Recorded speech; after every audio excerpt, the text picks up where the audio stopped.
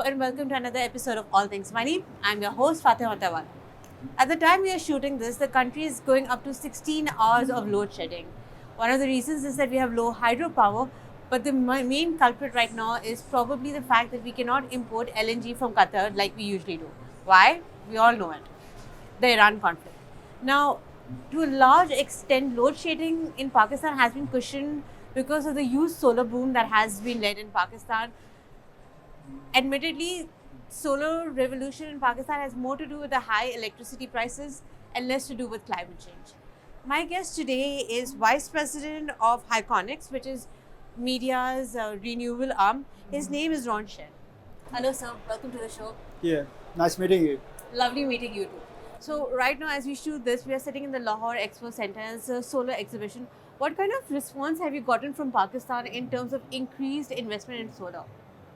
Yeah, I think the market actually in Pakistan is very substantial for the solar business for many years. If we look at the even 20 years back, it used to be a place where people really need the centralized system, which is a solar farm. And people talking about the solar, try to utilize the solar resources, and they started the journey of the solar. But gradually, when you see it's a clear transition from centralization to become more distributed approach, which means each household now realizing the necessity of the solar and then understanding the economic impact of the solar. So I think everybody now has been very educated to the solar system and they start to benefit from this. I think the whole foundation has been laid, and we see the markets again very long-term, substantial for the solar and the renewable energy business. Undoubtedly, there has been, when you land in Lahore, even all the rooftop you see, it's all solar panels. Anyone who has a rooftop and can afford solar has put up solar. But there's also, most of the solar is connected to the grid. It is not battery operated. So it's my understanding that the solutions that you're proposing are more battery based now?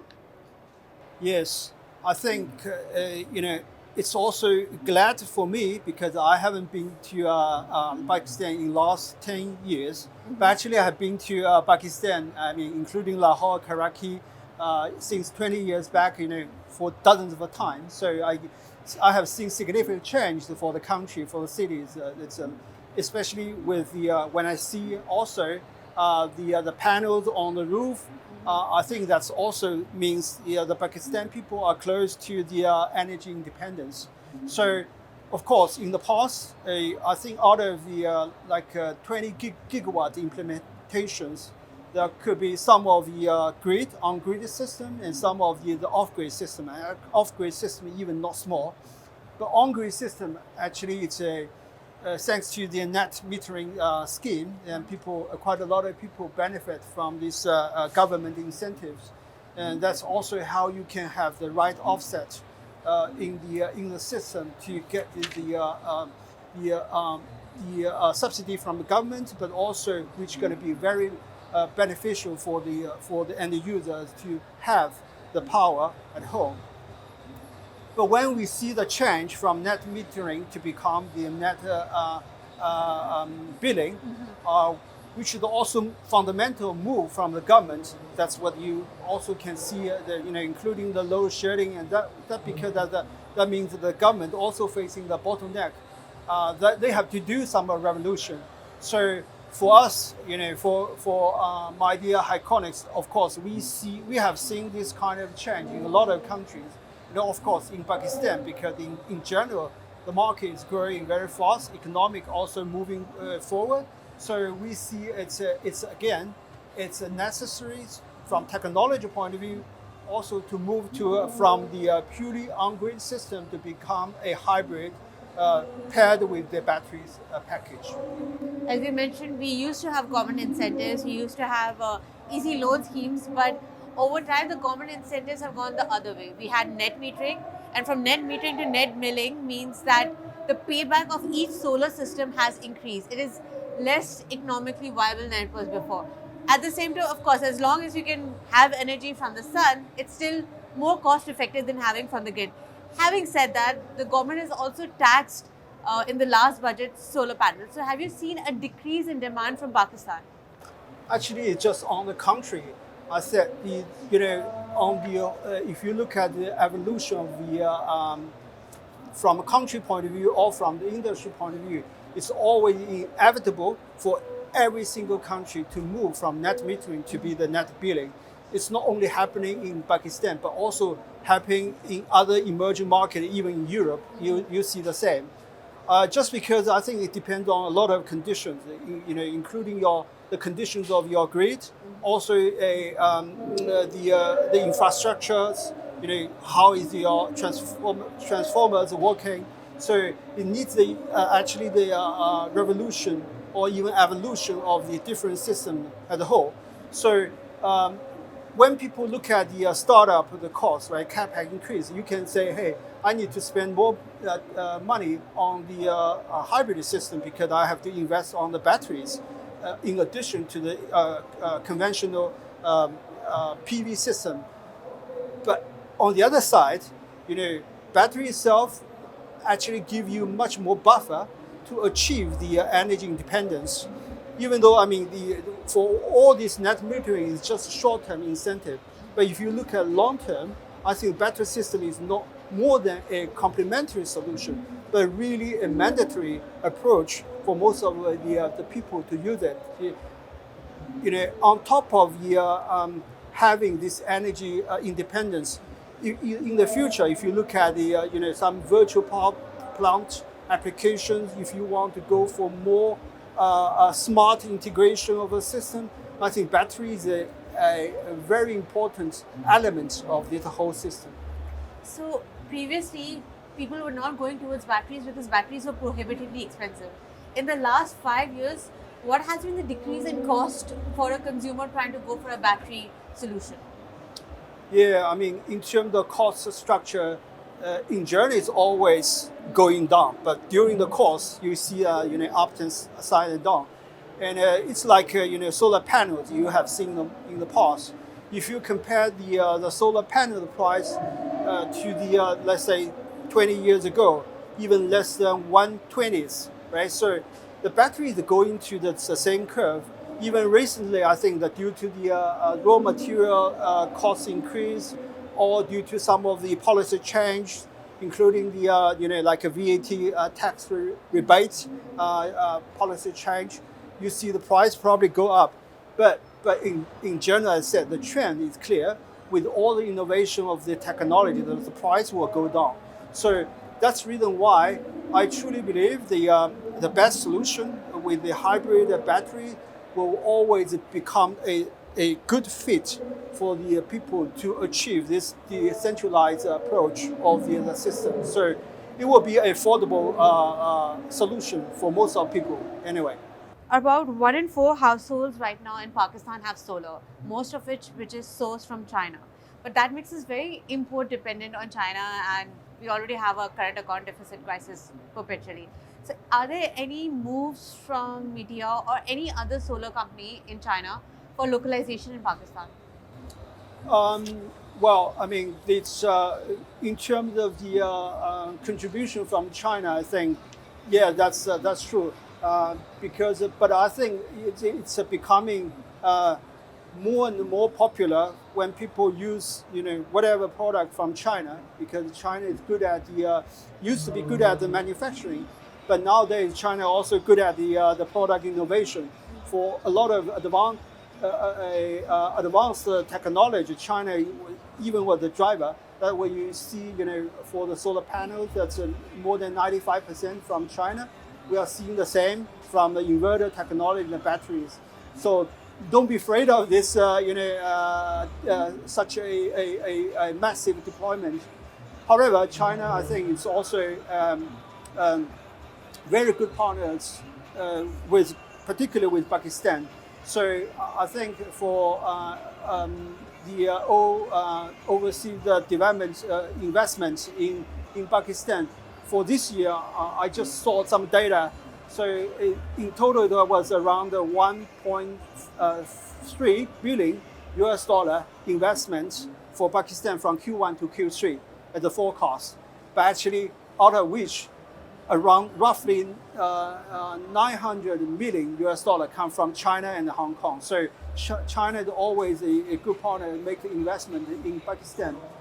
However, particularly for this industry, people started to talk about the investments, including solar panels, including inverter, battery. We don't see this happening. I think there are a couple of reasons. It's one thing that the panels, at the end of the day, for this you have to make sure the cost-wise it will be really much more efficient when you achieve localization. Of course, this also come together with the governmental support. But this for instance for the solar panel, it's not really in there yet. However, I see the strong intention from the government in the future to really put up with some of the new incentive. And also for the batteries and for the inverters, we already work with some of partners who are interested in initially from ODM, and they then go for the SKD, and eventually could be CKD as well. So I think for us, we are always very open with our partners, and we are willing to make certain investments locally. Look at Midea. We opened up 65 manufacturers globally, in almost everywhere in the world, and we have a very abundant experience of doing the local manufacturing, and we are also willing to share our expertise with our partners to make sure that this business will eventually take a root locally.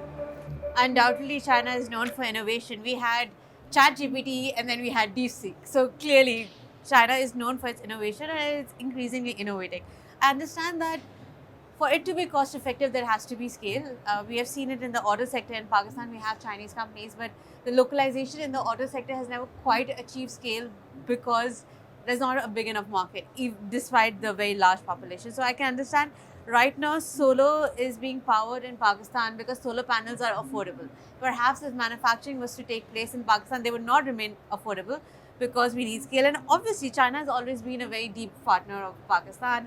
Almost all FDI that comes from China all FDI that comes from Pakistan comes from China. But you mentioned that there are 65 manufacturing centers of Midea. Are any of those in Pakistan? Not yet, unfortunately, but I think that definitely quite a lot of possibility in the future, especially when you mention the volume really is you need to have a justified business case to do that, right? No matter for the whatever investment, even from overseas or from local investment, but when we see the business like a solar becoming so booming today, I think then the possibility could become a reality one day.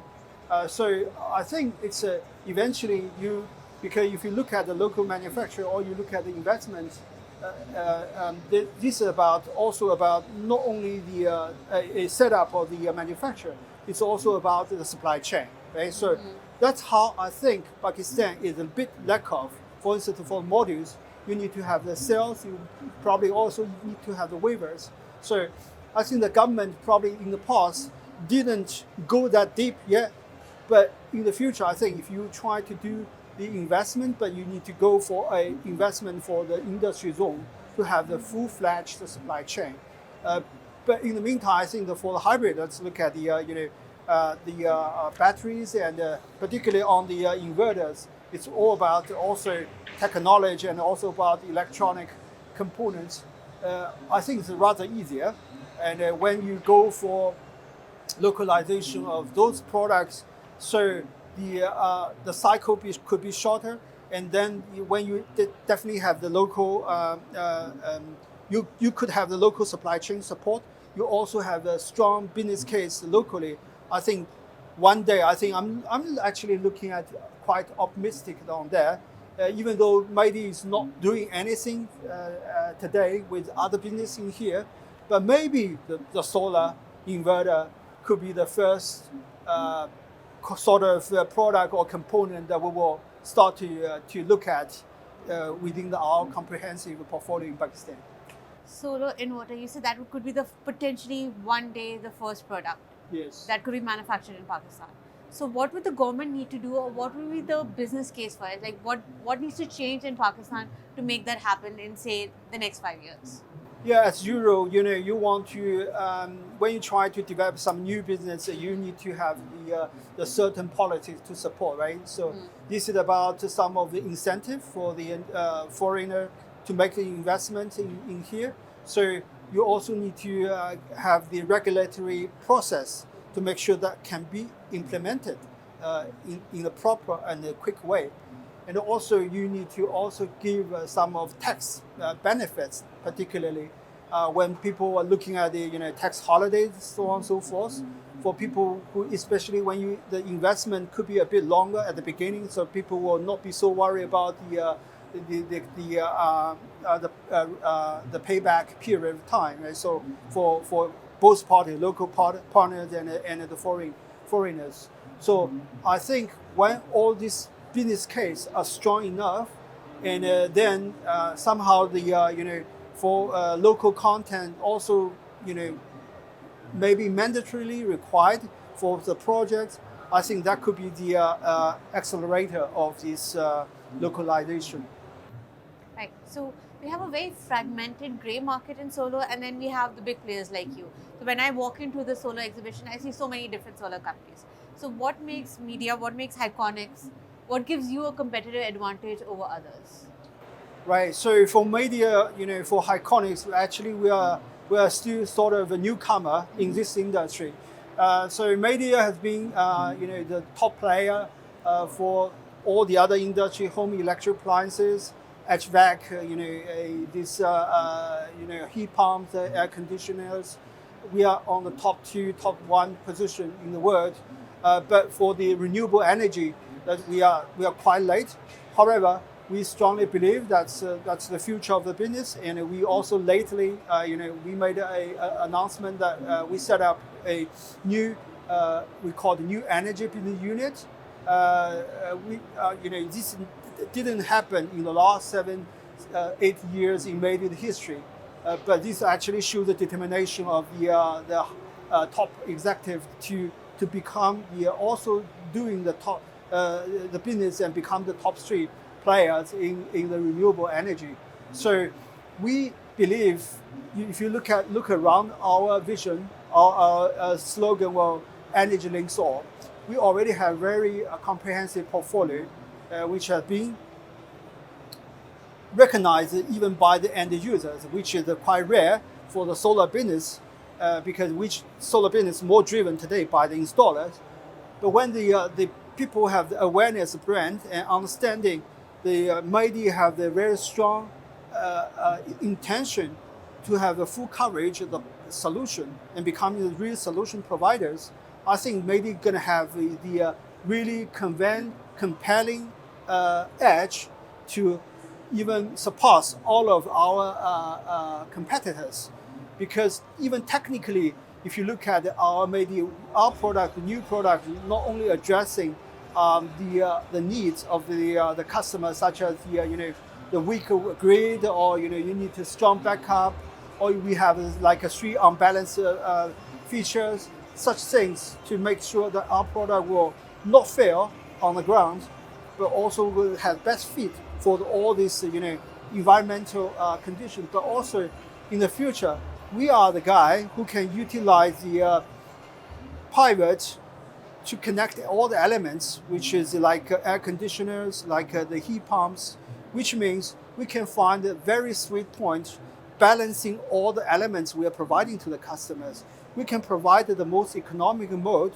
by reducing the bills of your households, which means we understand your energy consumption way by using AI technology.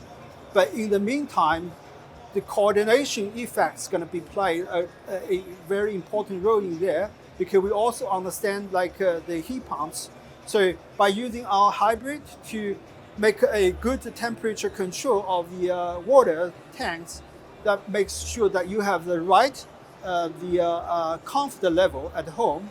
And of course, at the end of the day, you can also have an air conditioner and the other home electrical appliances to be under the same universal apps, which makes your life much easier as well. So I think we are in a very unique position to make all this happen. That's how we caught Energy Links All as well.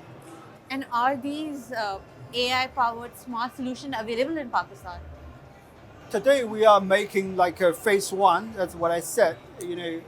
We have connect our smart. We call it a smart solution, the Easy Link.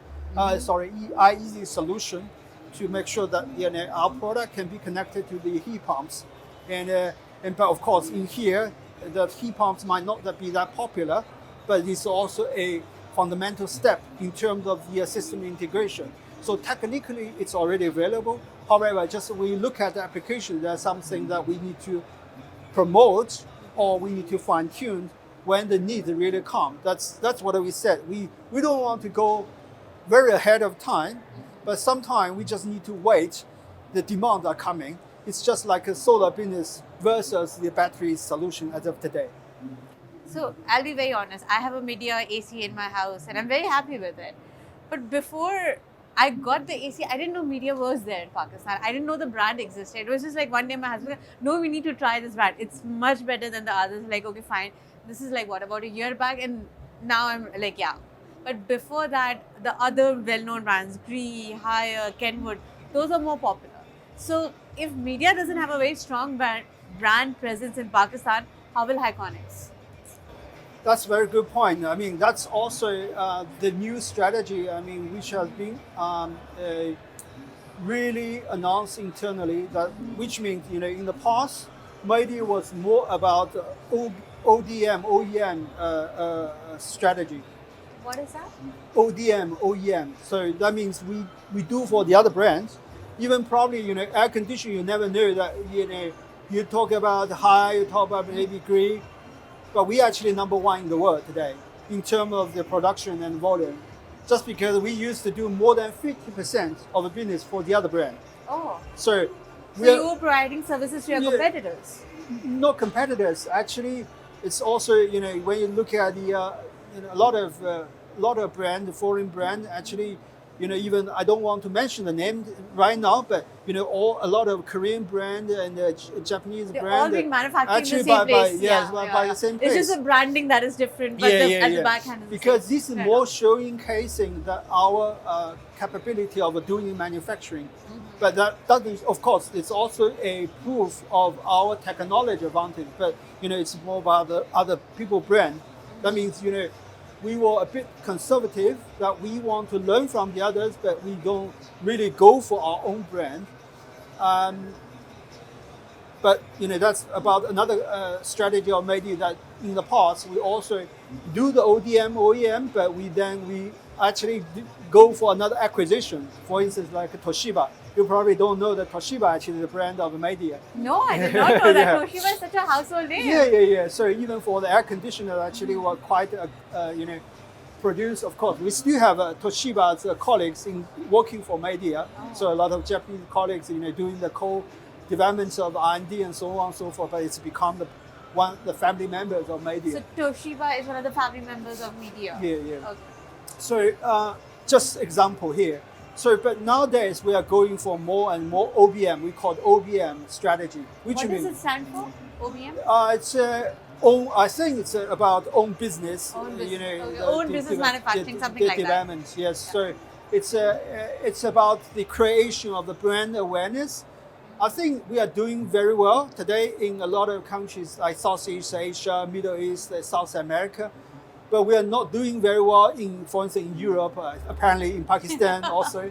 But we are moving towards that direction. So, for instance, if you're following the football, right? So we are sponsoring like Manchester City. We are doing also for some Spanish leagues. So some of marketing campaign we are promoting for the brand awareness, but of course we are also working with a partner to do more local road show and to ensure that people have the awareness. But from you, I can see that No, I'll make technology. a point of buying more Midea Yeah. appliances now that I know the strong manufacturing background it has. But yes, I think that what you just said, that awareness is not there in Pakistan. Yeah. Like Midea as a brand that is so strong that Toshiba as a family member that provides manufacturing capabilities to other big brands. Yes, I think that awareness needs to be raised. And perhaps it could help Hiconics as well. How old is Hiconics as a brand? Actually, Midea acquired Hiconics in 2020. So, Okay. but that's Hiconics fairly was fairly recently. So, but we were Hiconics was established since 2013. So then listed in 2013. So that's also a listed company. But we with Hiconics, it's more in the past more on this converter business that we call VFD, variable frequency devices. So, but technology it's a bit similar. But then we utilize this vehicle to work on the renewable energy like the inverters, and then later on the batteries. But again, Hiconics and Midea, it's always also bundled. But it's showing our just our competence from the power electronics point of view, and also showing our potentials how we can do the management system, for all the each single component. So hopefully, in Pakistan, people will be getting the connected Hiconics Midea, and then again, a powerhouse of a new technology. I think that's a very important thing for us to demonstrate. So is Hiconics in Pakistan focusing on the residential sector or the manufacturing industrial sector? Yeah, we are actually, for us, we position ourselves more on the residential and the small commercial. So if you look at the portfolio, it's also, from a small one, since 6 kilowatt to now 30 kilowatt. So it has the coverage of both. Okay. And you're promoting hybrid solutions for small residential homes. Yes. What has been the demand like? Our demand is increasingly, also surprisingly very high. Because we have very rich people, but most of the population is not very rich. So this is more of a high-end elite solution. Not really. No? That's also surprised me. Because if you look at a lot of countries, I think that's a quite a identity that over there. For Pakistan, some other countries, South Africa, and some other Nigeria. There's the one thing in common that when you start the business, as I mentioned earlier, you got some off-grid solution, right? So purely off-grid, which means you don't rely on that's in a very poor area. You don't even have the grid, right? Yeah. But today you are talking about transition from on-grid to hybrid. Also thanks to the innovation and the cost reduction, quite a severe cost reduction. So the gap between off-grid and hybrid actually is not so much anymore.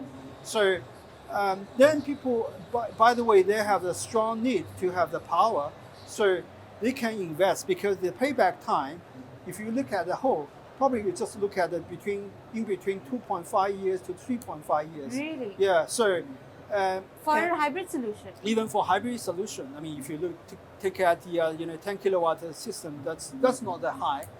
How much would a 10 kilowatt system cost? That could cost you roughly 1.15 million Pakistan rupee to 1.3, depends on brand and so on and so forth, for the whole system. So no, that is not that expensive. Yeah. Given the really high electricity prices, given that we have 16 hours of load shedding. Absolutely. Because if you consider the price increase and also unforeseen scenario of due to whatever geopolitical conflict and so on.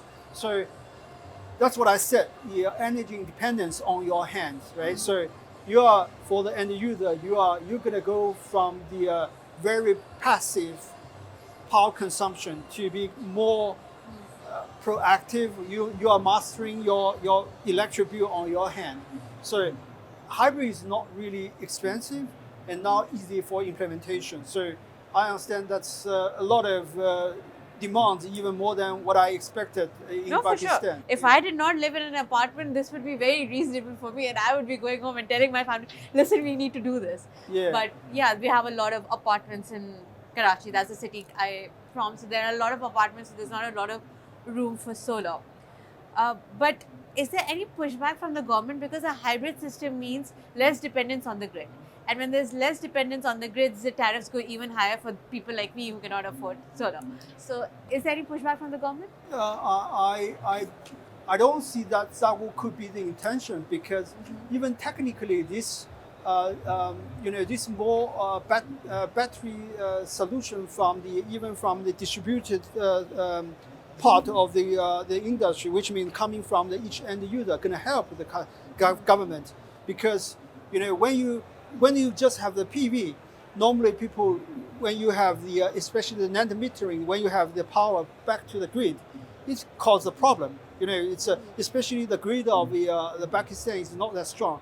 This fragility going to create the more outage eventually. But when you have this power stored at the different distributed points, it creates less disruption for the grid. So it's really beneficial to the government, also help you, also give you the time to do the renovation of your grid, the transformer and so on and so forth. So I don't see that will be a pushback from the government. I think that will be a win-win for all the concerned parties.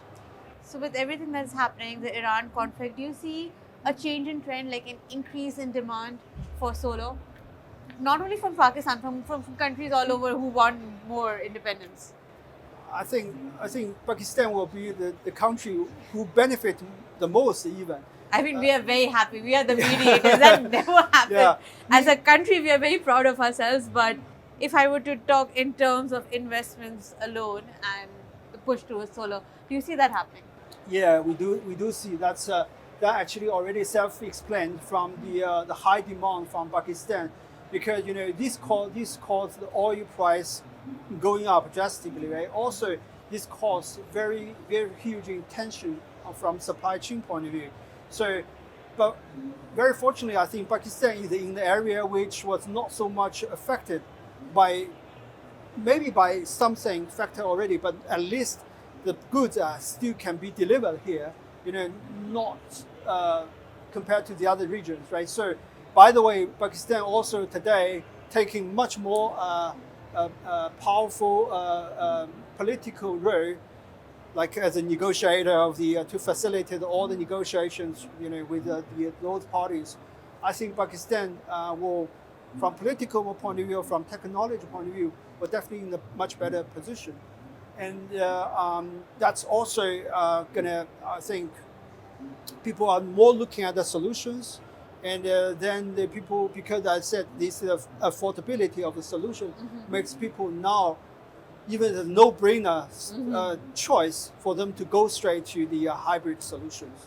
Absolutely. I think that, the sun shines during the day, we have solar, but at night, there's such massive load shedding going on that a hybrid solution makes a lot more sense, especially if it's 1.3, 1.5 million. I think that the price difference between a non-hybrid solution and a hybrid solution has come down over the years, has it not? In terms of the inverter itself, there's some price differences, but that's not significant.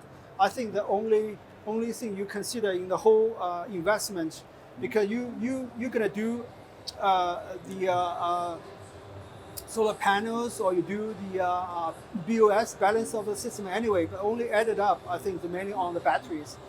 But battery is not burden, as I explained earlier. So it's something for you to store up the energy, right? To more freely control your energy. So and the battery today is not that expensive. So that become your assets eventually. So if you're thinking that way, also you can look at the flexibility that battery can bring you. So I think you can see a lot of pros rather than cons. So in addition with the development of a technology, battery today, in the past, If the battery getting aged, you may not be able to replace, or you have a new added battery just because the constraints of technology. But nowadays, this battery swap also becoming reality. So we call it smart battery technology. You can add it up the battery anytime freely. It will not be constrained for the one single battery. We call it barrel effects of the system. So this gives you much more flexibility. And it increases the life of the system. Yeah, as you well. can say, hey, I want to just use one battery or two battery at the beginning. When I really realize that's good enough, then I increase the battery, one battery in the future. That's become the totally possible today as well. So you can, as I said, you can choose the investment plan by yourself. So if we talk about a 1.3, 1.5 million, 10 kilowatt hybrid solution, how many hours of energy can be stored? We are talking about basically the 10 kilowatt hour batteries. Yeah. So say there are 2 air conditioners, 1 refrigerator. How many hours at night would that system run for a house? Yeah, you are talking about basically 1,500 kilowatt hours. So that's basically you look at the battery. If you look at the 4 hours, 3 hours, usage of per day, more than that, then you can actually use. I think here you're using 1.5 kilowatt air conditioning, right? So yeah, 1.5 would be it. Basically, you can use 3, 4, and you take the other essential loads, lighting, refrigerators. That would be good enough. So that would be 3-4 hours? Yes. Yeah, so that's good. You can put the kids to sleep, put it on battery during that time, and then switch it off when everybody's asleep. So that would work really well. Yeah. Because right now, when you have peak hours, when the electricity tariffs are higher, at least in my house, nobody's allowed to switch on the AC. So they go to sleep without the AC on because it's school night, and then we switch on the AC. So if there was a hybrid solution for the middle income groups, and they had a hybrid solution, then they could have the AC on during those hours, and then in the middle of the night, when we do not need the AC, you could switch it off. Yeah, so that would be a very attractive perspective for many families. Yeah. Because middle income groups, what they do is the entire family sleeps in one room with the one AC on because it's the only way they can afford it. Yeah, and also the technology developed very fast. I mean, when you have this, and in the future when you use the full backup solution, then it can achieve automatic switch. If you feel that you can identify we call it essential loads or some of the backup loads, then you can say, hey, sometimes I don't need that air conditioning, or this one will become the first one I want to switch off. So when the battery goes down, or you don't have enough power anymore, so they will automatically help you to achieve that switch. So we can manage our electricity consumption based on the energy Yes. that the battery has. So we have that flexibility. Yeah, you have that flexibility as well. And is this common, or this is specific to Hiconics? That's something I think the good supply they can do that, including by Hiconics. Including Hiconics. No, because I did not know there were all these options. For me, it's just like, okay, there's solar during the day, switch it on, and then at night we don't have it. Yeah. So it's good to know that going forward, there's been so much technological innovation that we can manage our electricity load based on the amount of energy we have stored. Yeah, that's what we call the smart energy and smart home. So that's and that too in a very reasonable price tag. So very good. I think one last question: how would Pakistan compare to other regional countries in our appetite for solar? I think Pakistan in 2024 was already on the top 10 countries in terms of solar business. Actually, that was a very bold move. I mean, but it's driven literally by the demands of the people. Absolutely. Right? So it doesn't have to do with the government or the climate change. Yes. It has to do with very high electricity bills. It's really becoming imperative, right? So that's how I feel. I mean, from that point of view, I'm seeing this more and more common everywhere, including Europe. However, it's when you compare to some of the other countries, I think it was more driven by the subsidy. For instance, in Australia, or even for Japan, so it's still much more driven by the subsidy than because they have the mission to achieve renewable, by certain years. So, but also huge demand. But still here, I think it's more about the self-driven mode. But of course, the government also have the net bidding system, which is also strong incentive essentially. But I think Pakistan, compared to the economic growth, and also compared to the amount of people, I mean, you have much bigger space to grow. Great. Thank you so much for your time. So this is a very educational podcast. Thank you.